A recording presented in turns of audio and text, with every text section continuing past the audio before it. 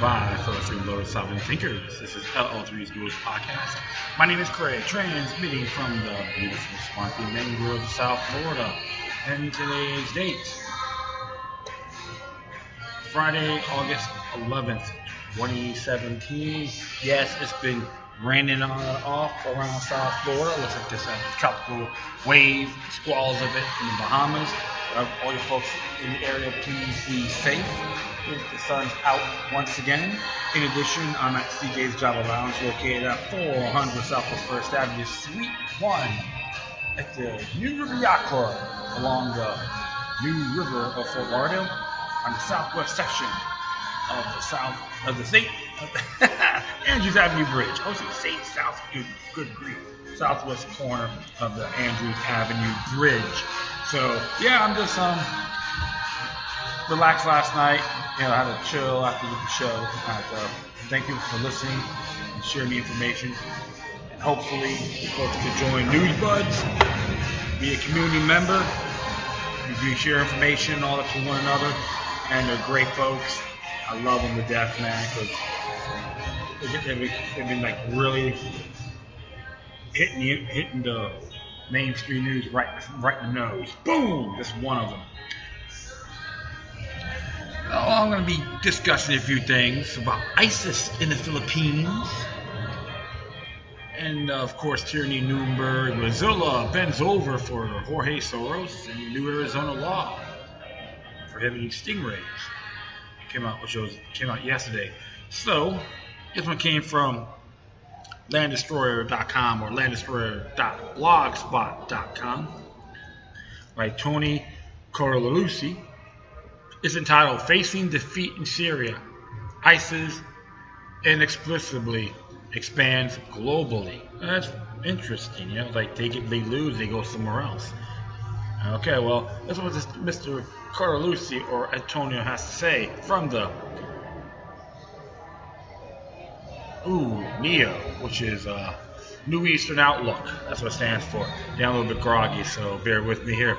All right, as it reads, throughout human history when the military forces and economic center has been defeated, it contracts, then collapses. For the first time in human history, the self-proclaimed Islamic State, ISIS, has managed to reverse this fundamental aspect of reality, but not without help. Facing defeat in Syria as government forces backed by its Russian and Iranian allies close in on the terrorist organization, stripping it of territory it seized. It has managed to spread far beyond Syria borders, establishing itself in Libya, Afghanistan, and even far as Southeast Asia, where it seized an entire city in the Philippine south and carried out attacks and conducting activities everywhere from Indonesia and Malaysia to allegedly Thailand's deep south. Interesting, huh? It should be remembered, according to Western governments and their media, that the territory ISIS holds in Syria is allegedly providing it with dissemination of its financial resources and thus the source of its fighting capacity. According to official statements, the U.S. and its European allies allege that ISIS fuels its fighting capacity with taxes and extortion, as well as black market oil sales, all of which are derived from the territory it holds in Syria. Yeah, can you explain those yellow ridges around their flags? The Washington Post 2015 article titled How the Islamic State Makes Its Money would note, weapons, vehicles, employee salaries, propaganda videos, international travel, all these things cost money. The recent terrorism attacks in Paris, which the Islamic State has claimed as its own work, suggests the terrorist organization has been hurting for funding. David Cohen, the Treasury's Department Undersecretary for Terrorism and Financial Intelligence, described the Islamic State last October as probably the best funded terrorist organization we have confronted.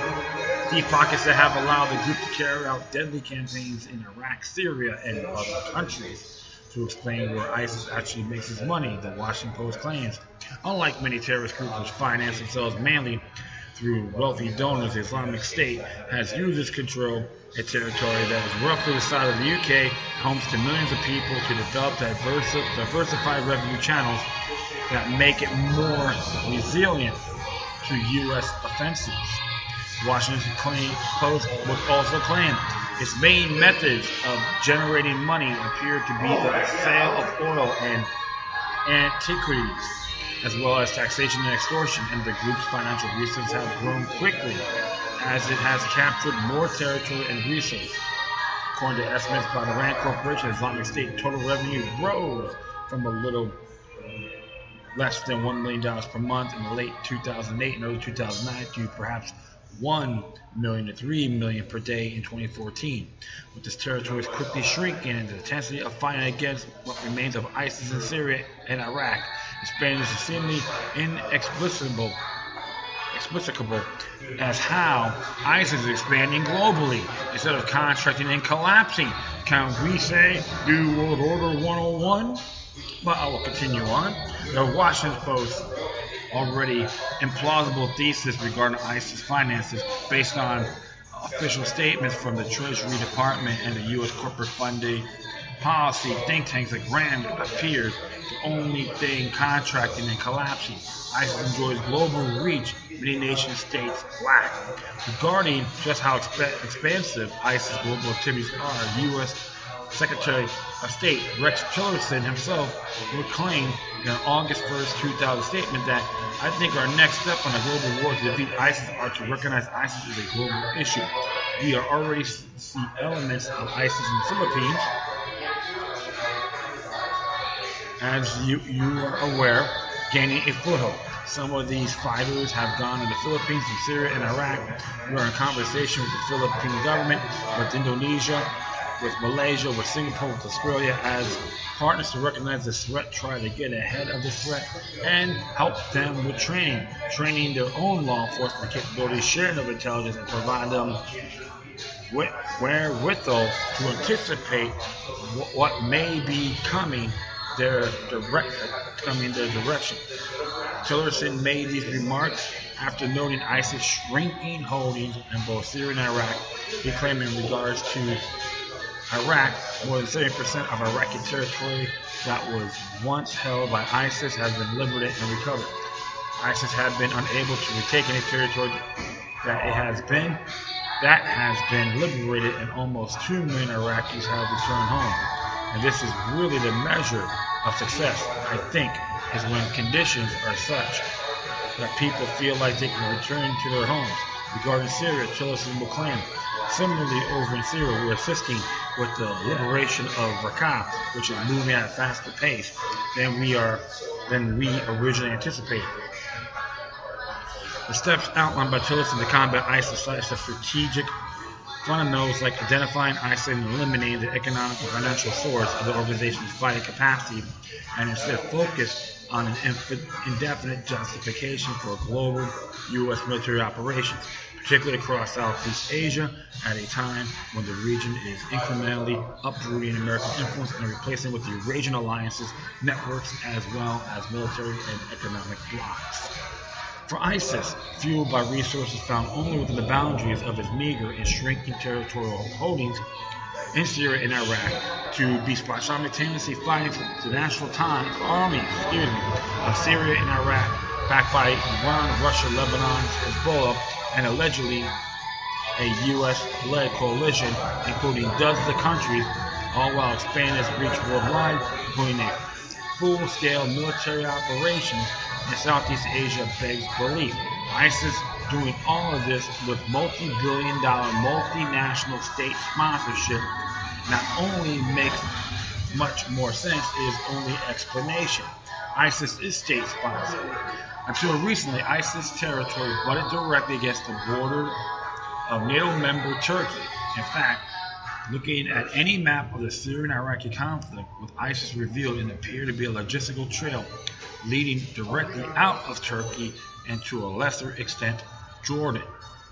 A 2014 report from Germany's public broadcaster Deutsche Welle revealed a current supply of men and weapons flowing daily over the Turkish border and directly toward ISIS territory, directly under the nose of the complicity Turkish officials. The report titled IS's supply channels through Turkey would note, every day trucks laden laden with food, clothing, and other supplies across the border from Turkey to Syria. It is unclear who is picking up the goods. The haulers believe most of the cargo is going to the ISIS Islamic State militia. Oil, weapons, and soldiers are also being smuggled over the border, and Kurdish volunteers are now patrolling the area in a bid to stem the supplies. So obvious for the logistical support for ISIS flowing from Turkey, that ISIS flag is fully visible from the Turkish border throughout DW's footage. It was only until Russia's military intervention in Syria upon Damascus' request that these logistical routes were targeted and significant pressure could be placed on ISIS inside Syria, rolling back its fighting capacity. There is also the fact that ISIS and Al-Qaeda, along with their various affiliates and allies, have swept alleged moderate rebels from the battlefield. These are alleged rebel groups that have supposedly received hundreds of billions of dollars of support from the U.S. and its allies in the form of weapons, vehicles, training, logistical support, and even covert military support. ISIS and Al-Qaeda's ability to sweep these forces from the battlefield indicates a fighting capacity driven by even greater financial support. But if ISIS has greater financial support than a multi-billion-dollar multinational state sponsorship, where is it getting it? The question, coupled with the obvious fact that ISIS is indeed fueling its fighting capacity from well beyond the borders of territories it occupies, indicate that the U.S. and its allies, including NATO, member Turkey, were never backing moderate rebels, and for the entire duration of the Syrian conflict, even beforehand, were arming and supporting extremists, including Al-Qaeda and those affiliates that would later form ISIS itself. ISIS enjoys a global reach few nation-states could achieve because it's financially, politically, and military backed by nations with resources to obtain that global reach. This includes the U.S. itself, NATO, and Gulf Cooperation Council, GCC, which in turn includes nations like Saudi Arabia, the United Arab Emirates, and Qatar. I remember Ben Swan talked about this as well, so well, like I said, it's a lot more than what it is. That's what I've been telling people for a long time. You have to really look deeper in what they're proposing. Because some folks still buy that Iran is helping ISIS, which I believe is the biggest joke in the world. And like a person like myself, you know me well enough. I'm not lovey-dovey with these government, everyone, and any other nations around the world as well.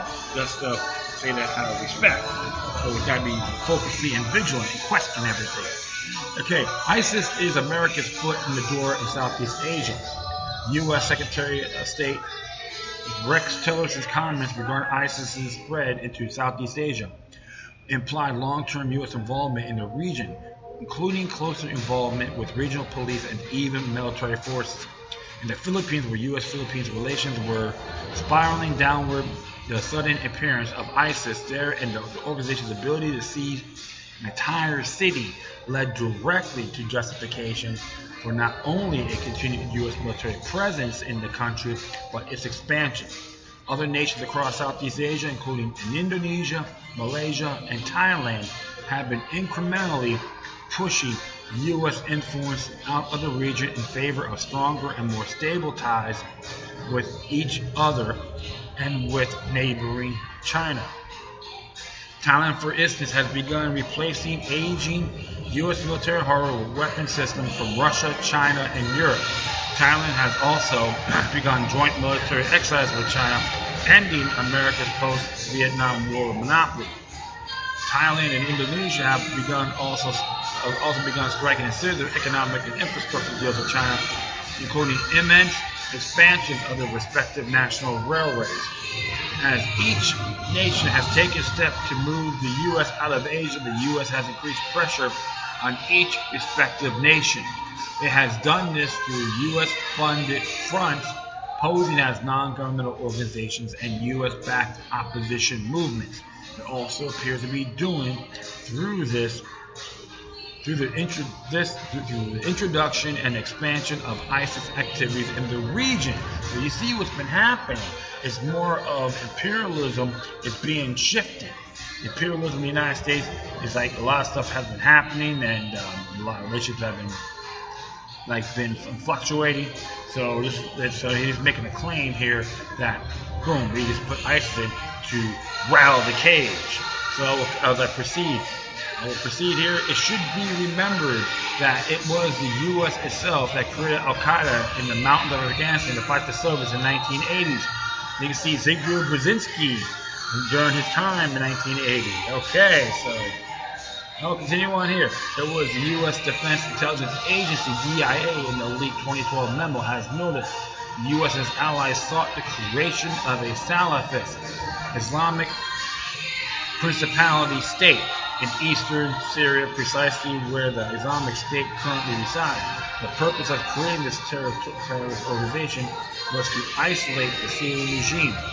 Thus, it all but admitted that ISIS is a tool of the U.S. geopolitical manipulation if it created and used ISIS in Syria to isolate the Syrian regime. Why would it hesitate to likewise use it in Southeast Asia to reverse its waning fortunes? And there's a PDF, one of our PDF states. As the situation unravels, there's a possibility of establishing a declared or undeclared Salafist principality in eastern Syria, Asaka and Derzor. And this is exactly what the supporting powers to the opposition want. To order to isolate the Syrian regime, which is considered the strategic depth of the Shia expansion. Iraq, Iran. Tillerson comments regarding ISIS are in essence a vile threat, a threat of long-term chaos sown by ISIS that will continue without the expansive stipulation to U.S. interests, including an expanding U.S. military footprint in that region, conveniently in a region the U.S. has long designated as essential towards the geopolitical, military, and economic encirclement, the isolation of rising China.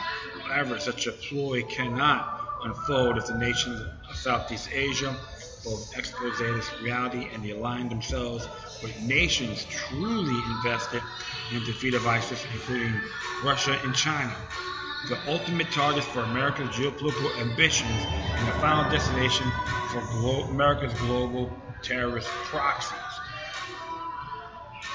And like we've been saying this for a long time, and if you check up Ben Swan, he did his own research too, that who's actually funding ISIS and all these nations, you can say, that are involved, is part of the One World Order agenda. And I was never afraid to say that, because when you look at everything and see what they're actually doing, it's a lot more complex than what it is. But when you say, when you disconnect the dots, it's like easy pickings. It's not being arrogant either, just learning this. And that's why a person like myself and many others would like to share this to you folks that are listening, because you have the right to know what the hell is really going on. There's too much of this propaganda matrix, manipulation, and distractions. And they want us to be suckered in with all this fiasco, and they can do this behind our backs. So that's why always got to look at everything across the board, or just go one way. Because if you do, you never know. It does happen. So, all right. Well, I'm gonna be back in a moment, so stay tuned. Alright, cool, I am back. I know you're hearing some corny music in the background, but that's not my priority. I'm not sanctioned or promoting this by any means, alright? Okay, this one came out from Paul Craig Roberts. This one's entitled Tyranny at Nuremberg. And so it's going to be a little bit of a longer segment, so hang tight. And so it says here, the show trial of a somewhat arbitrarily selected group of 21 surviving Nazis at Nuremberg during the 1945-1946 was the U.S. Supreme Court Justice Robert Jackson's show. Jackson was the chief prosecutor. As a longtime admirer of Jackson, I always assumed that he did a good job. My admiration for Jackson stems from his defense of law as a shield of the people rather than a weapon in the hands of government, and from his defense of the legal principle known as mens rea, that is, that crime requires intent. Often cite Jackson for his defense of these legal principles that are the very foundation of liberty. Indeed, I cited Jackson in my recent July 31st column. His defense law as a check on government power plays a central role in the book that I wrote with Lord Stratton, The Tyranny of Good Intentions. In 1940, Jackson was U.S. Attorney General. He addressed federal prosecutors and warned them against picking the man and then putting investigators to work to pin some offense on him. It is in this realm in which the prosecutor picks some person whom he dislikes or desires to embarrass or select some group of unpopular persons and then looks for an offense. That the greatest danger of abuse of prosecuting power lies. It is here that law enforcement becomes personal and a real crime becomes that of being unpopular with a predominant or governing group, being attached to the wrong political views or being personally obnoxious to or in the way of the prosecutor himself. As later as Supreme Court Justice Jackson overturned a lower court conviction of a person who had no idea or any reason to believe that he had committed a crime.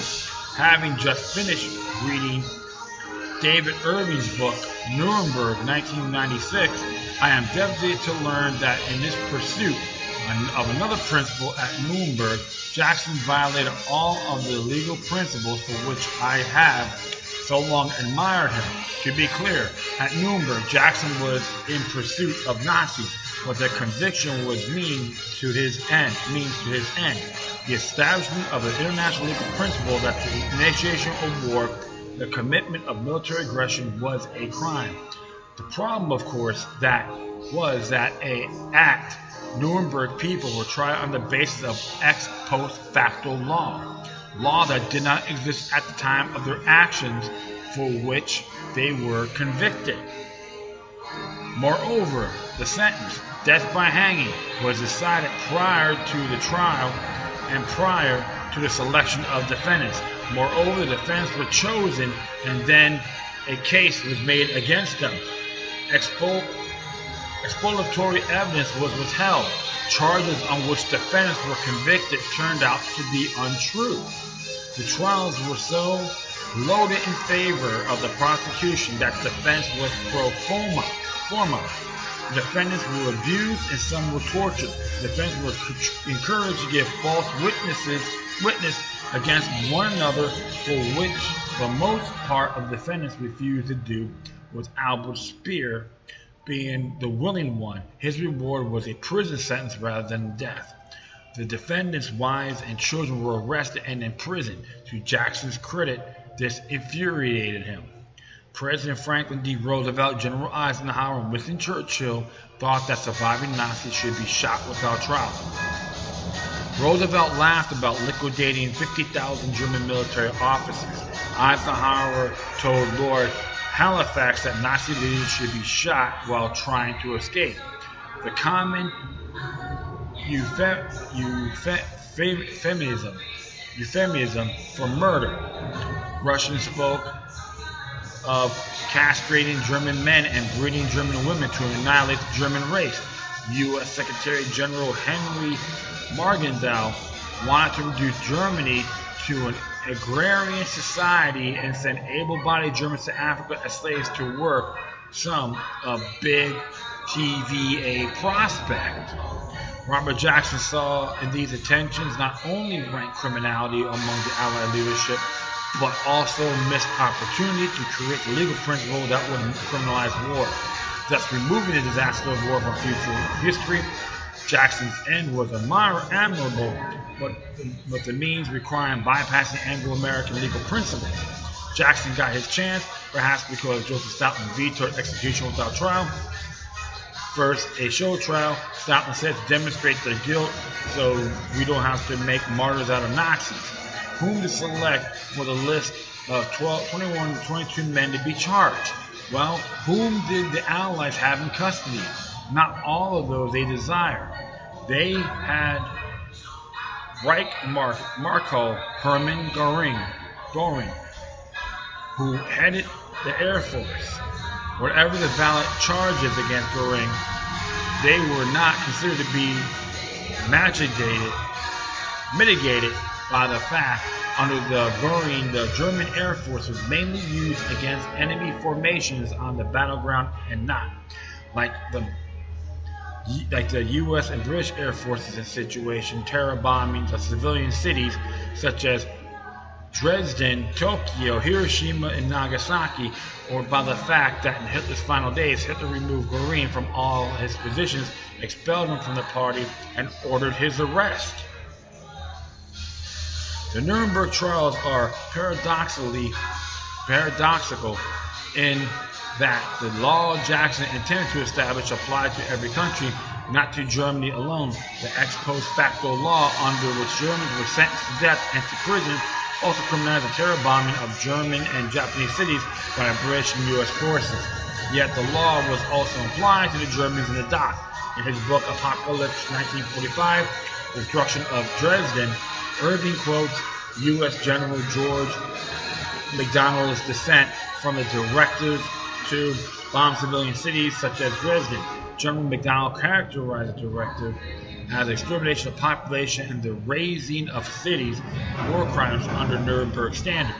They had Minister Ribbentrop. They had Field Marshals Catel and Jody and the Grand Admirals Reeder and Donez. They had a German banker who saved from sentencing by the intervention of the Bank of England. If you're a bankster, you're saved. They had a journalist. They had Rudolf Hess, who had been in a British prison since 1941, and he went to Britain on a peace mission to end the war. They wanted an industrialist, but Krupp was too old and ill. He was devoid of the persona of a foreboding evil. You can read the list in all of Irving's books. Göring knew from the beginning that the trial was a hoax and that his death sentence had already been decided. He had the means, a poison capsule, throughout his commit suicide, thus depriving his captors of their planned humiliation of him.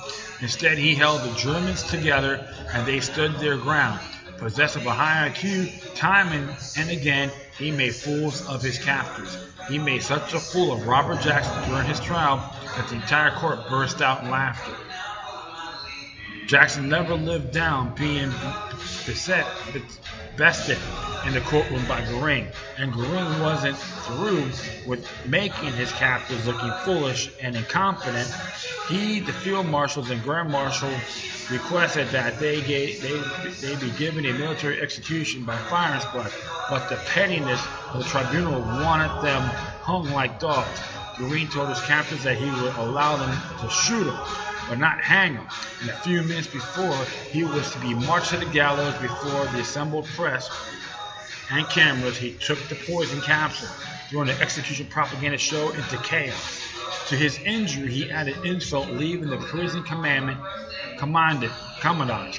U.S. Colonel Andrews, a note telling him that he had 3 capsules, one he had left for the Americans to find, thus causing them to think his means of escaping them had been removed. One he had taken minutes prior to his execution, and he described where to find the 3rd.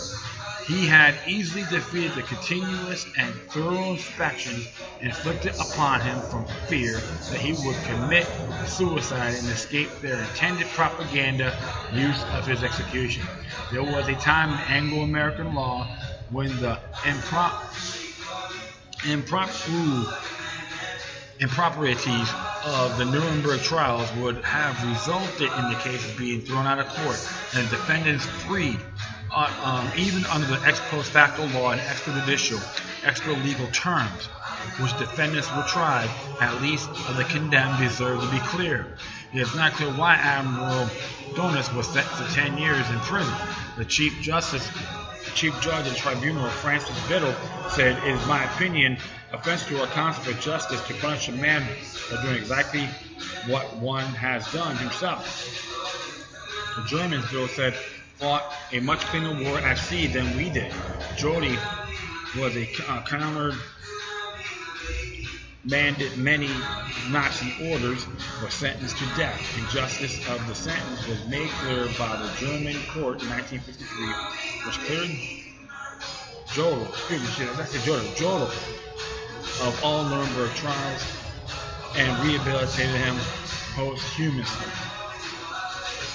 The French justice at the Nuremberg trial said at the time that Jodl's conviction was without merit and was a miscarriage of justice. The entire Nuremberg proceedings stinks to high heaven. The defense was charged with aggression of the German invasion of Norway. The fact was kept out of the trial that the British were about to invade Norway themselves, and that the Germans, being more efficient, learned of it and managed to invade first. The defense were accused of using slave labor, paradoxical in view of the Soviets' own practice. Moreover, while the trials were in process, the Soviets were apparently gathering up able-bodied Germans to serve as slave labor to rebuild their war-torn economy. The defense were accused of mass executions, despite the fact that the Russians who were part of the prosecution and judgment of the defendants had executed 15 to 20,000 Polish officers and buried them in a mass grave. Indeed, the Russians insisted on blaming the Germans on trial for the Katyn Forest massacre. And I can tell you this, the first time I read about it was from the late Dr. Pierce, the founder of the National Alliance. And I know he's very controversial, but he talked about this.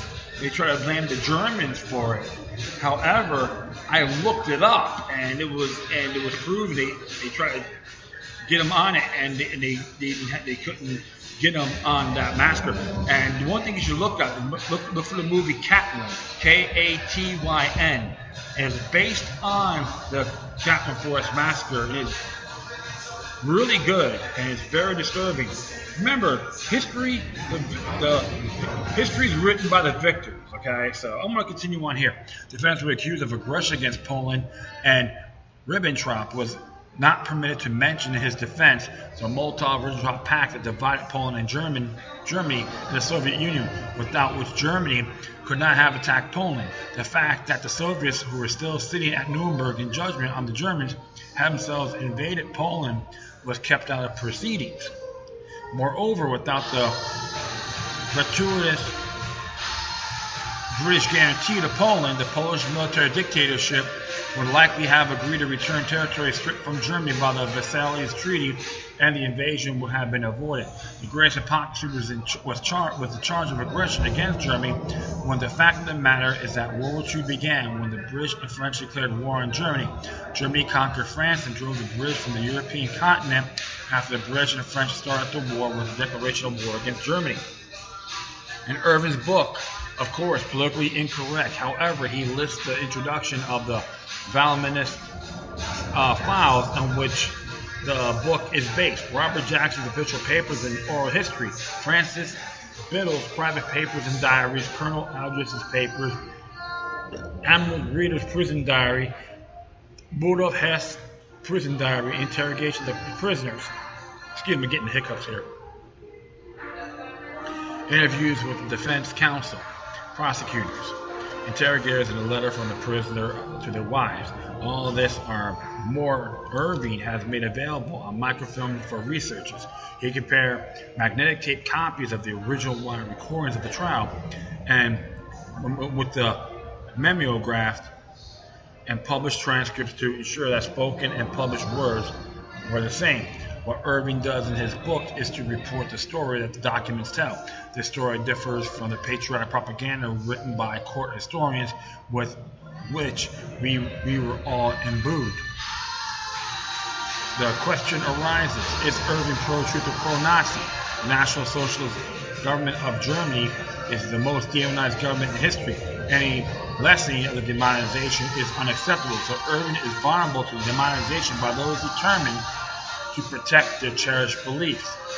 Scientists have branded Irving a Holocaust denier, and he was convicted of something like that by an Austrian court and spent 14 months in prison before the conviction was thrown out by a higher court. So what's going on here exactly? You know, good grief. Nuremberg, the book Nuremberg, Irving removes various propaganda legends from the Holocaust story and reports authoritative findings that many of the concentration camps' deaths were from typhus and starvation, especially in the final days of the war when food and medicine were disappearing from Germany. But nowhere in the book does he deny, indeed he reports that vast numbers of Jews perished. As I understand the term, a simple, truthful modification of some element of the official Holocaust story is sufficient to brand a person a Holocaust denier. My interest in the book is Robert Jackson. He had a noble cause to outlaw war, but in pursuit of this purpose, he established precedents for American prosecutors to make a war a weapon in their pursuit of their noble cause, just as it was used against Nazis, organized crime convictions, child abuse convictions, drug convictions, terror convictions. Jackson's pursuit of Nazis at Nuremberg undermined the structure he put on U.S. attorneys, such that today Americans have no protection of law than the defendants held at Nuremberg. So like a police state 101 is just another example. Hey, we can do it over here, do it to Nuremberg, we can manipulate the people in the United States. And that's why I always like to say you have to look at all sides of the story. And I'm not going to put this in my footnotes, but I recommend check out a movie called Hellstorm. I know YouTube's been taking it off. There's other places that you could store it and see for yourself. It's a really powerful movie talking about what happened with the people in Germany as well, and that has to be it's important. And the person who wrote it, he's not a Nazi sympathizer. However, he's talking about, hey, we got to look at all sides, which is totally illegal, of people being murdered, raped, and pillaged, and never even involved in the war. That's why he said never again. Got to be across the board. But like I said here, always remember it's government. You can never trust government at all, regardless where you live. Control the mind in life. You can look it up for yourselves. So, hey, I would say, folks, check the book out. And I may just try to get down the footnote, okay? So I'll be right back once again. So stay tuned. Alright, so what I've actually done, I added 2 more footnotes under the last title I narrated. This is one by David Irving. It's entitled The Lies of Nuremberg, The Lies of the Nuremberg Trial, and it's an audio version, which is on archive.org. And I did add pdfdrive.net site, which is Nuremberg by David Irving, and it's a free book. So you can check that out yourselves, or not just if you want to buy the book, support David Irving's work, you can do that as well. Because it's this stuff needs to, like to tell folks, you have to look at all sides of the story on what happened during those horrific times. All right, so next one here is on censorship, and it says here Mozilla joins Jorge Soros' efforts in launching a strike against fake news. It's by Aaron Castle, and it says here Mozilla, the non-profit organization which runs the Firefox network browser, said Wednesday it was launching an effort against fake news as fact-checking software backed by eBay founder Pierre Amador and George Soros got its first run out in public to shape our Orwellian nightmare of future truth bidders. Mozilla said it was investing in people, programs, and projects in a new initiative to disrupt misinformation online, calling for a Mozilla Information Trust Initiative, or MITI for short, Business Insider reported. They further stated the Internet's ability to power democratic society suffers generally because of fabricated stories such as Pope endorsing Donald Trump for the U.S. presidency or a dead FBI agent killed in a mysterious fire with information on former presidential candidate Hillary Clinton. Just two examples of stories that turned out to be bogus. Mozilla's innovations director, Katharina Broger, told AFP that the organization was working on tools for Firefox and better online education with media groups, universities, and tech activities. The Mozilla Information Trust Initiative comes just as the automated real-time fact-checking engine dubbed the Bullshit Detector was demonstrated in London.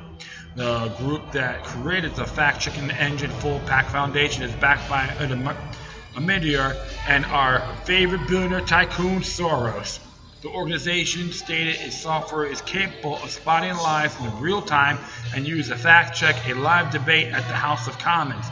That the objective was achieved isn't clear since it likely automated AI, but algorithms are not 100% accurate.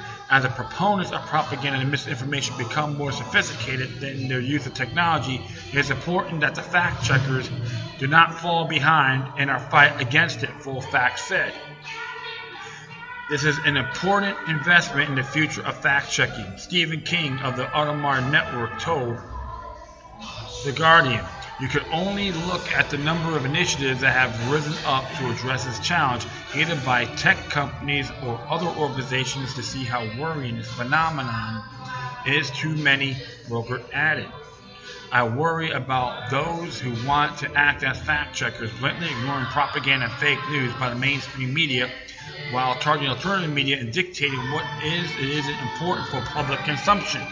Whether it becomes a big enough priority is perhaps a member question, Broger said, arguing that it was time for rival news organizations to rally around each other to confront the spread of fake news.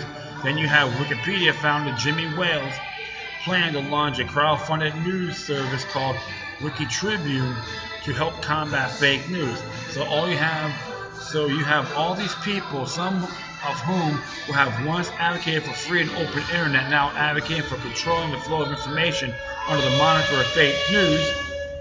How about all the fake news spread by the CIA and intelligence services called Planet Propaganda, usually for pushing war, especially as a new report questions the veracity of claims made by a shady firm, CrowdStrike, that Russia hacked the election? How about that fake news? Putting the future of what we believe in anyone's hands, let alone artificial intelligence, seems recklessly, but a system backed by Soros and Odomir seems like a dangerously stupid idea that can only lead to a path paved toward Orwellian censorship, the likes of which George Orwell couldn't have imagined. And it is true. All right, he is of course, this is from the Activist Post. He's a director of content for Carnivore. Absolutely. So they're going to try to tell you what is fake and what's not without any merit. We can't use it for ourselves. That's what I'm trying to state. And you know what? That's a real shame what Mozilla is doing. I'm very disappointed in them because it proves one thing. You sold your asses to the one world order. So you know what? I can tell this to everybody with all due respect and in good faith. We don't need Mozilla. They need us. And here's another thing too. They're trying to come back with the search with their services, because I know Google Cast and a few others are topping them. Right now I'll be using Opera. I've used that. I like because it blocks the ads. So to Mozilla, it's a real shame. Things change. From the very beginning, now you sold your asses because you know why? You're desperately seeking business. So you know what? Here's what I have to say about that. Your vision is in the toilet because it's attributes of manure. Fat manure to be exact. Gator manure is better. Okay, one more time. Okay? Hopefully you're happy, Mozilla. You chose poorly. Okay, well, finally, this is some cool news here. This is from Michael Meharry. He's from the 10th Amendment Center. And, of course, he posts up an Activist Post as well. It says here, new law prohibits warrantless Stingray spying. This came out yesterday, and as it reads here, yesterday a new Arizona law in most situations banned the use of stingrays to track the location of phones and sweep up electronic communications without a warrant went into effect. The new law will not only protect privacy in Arizona, but will be also hinder one aspect of the federal surveillance state. Senator Bob Worsley, Republican from Mesa, introduced Senate Bill 1342, which you can read it. Back in January, the new law will help block the use of cell site simulators known as Stingrays. These devices essentially spoof cell phone towers, tricking any device within the range of the connected to the Stingray instead of the power, allowing law enforcement to sweep up communications content, as well as locate, track the person in possession of a specific phone or other electronic device. SP 1342 requires phone police to get a search warrant based on probable cause before deploying a Stingray to locate or track an electronic device. It also requires law enforcement agencies to obtain a warrant under existing wiretapping statutes before using a Stingray to intercept, obtain, or access the content of any store, oral, wire, or electronic communication. The Senate initially passed the legislation 30-0 in February. The House passed by an amended version of SB 1342 by 51-1 vote. That one guy who voted for one, maybe a bend over Bob, or he probably had a bend over Bob, allegedly. The amendment decreases the time between the issuance of a warrant and notification of the target from 120 to 90 days. The Senate unanimously approved the amendment with Governor Doug Ducey's signature. The law went into effect August 9th, which is fantastic. Impact on federal surveillance programs. The federal government fund the vast majority of state and local Stingray programs, attaching one important condition. The feds require agencies acquiring the technology to sign a non-disclosure agreement. Thus, this was a giant shroud over the program, even preventing judges, prosecutors, and defense attorneys from getting information about the use of Stingrays in court, which is nothing more than a sham because they're trying to invade your territory. The feds actually instruct prosecutors to withdraw evidence if judges or legislators press for information. As the Baltimore Sun reported in April 2015, a Baltimore detective refused to answer questions on the stand during the trial, signing a federal non-disclosure agreement.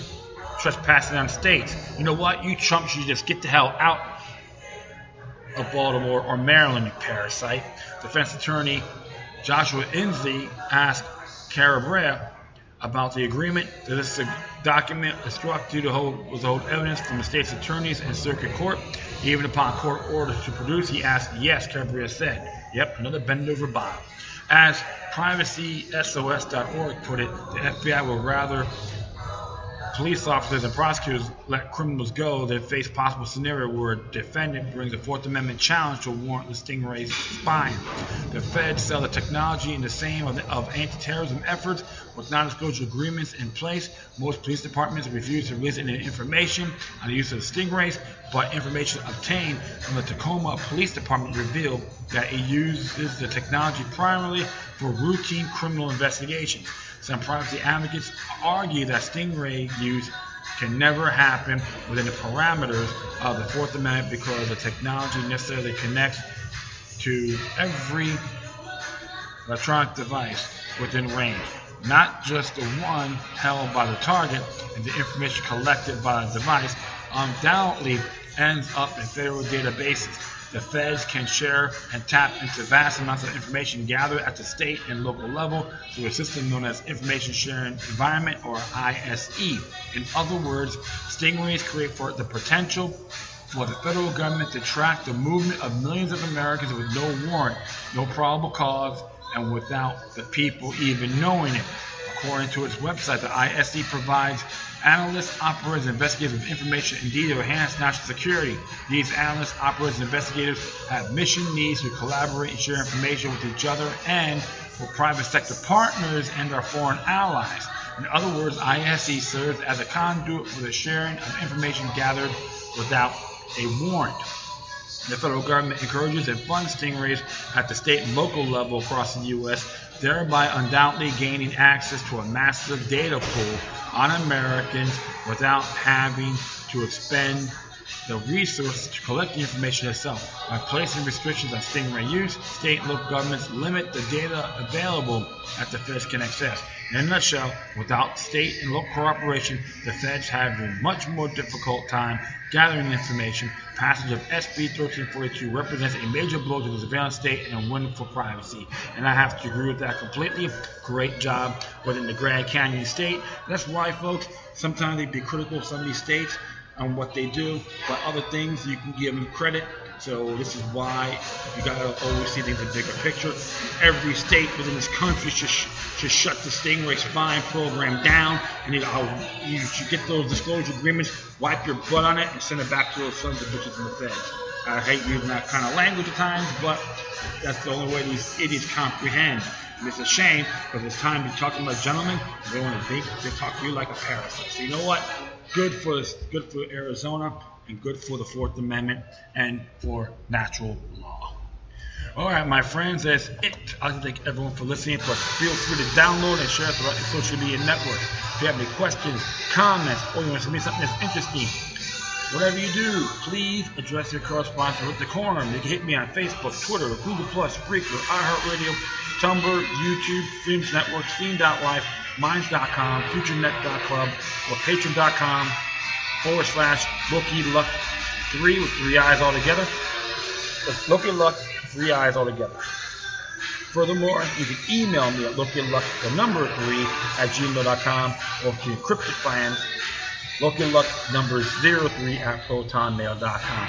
Alright, my friends, that is all for now. Once again, thank you for your time. But always remember that the demoniac resistance is healthy for soul and can liberate humanity. Until next time, take care of yourselves. Keep on spreading love, and may your guardian spirits be with you.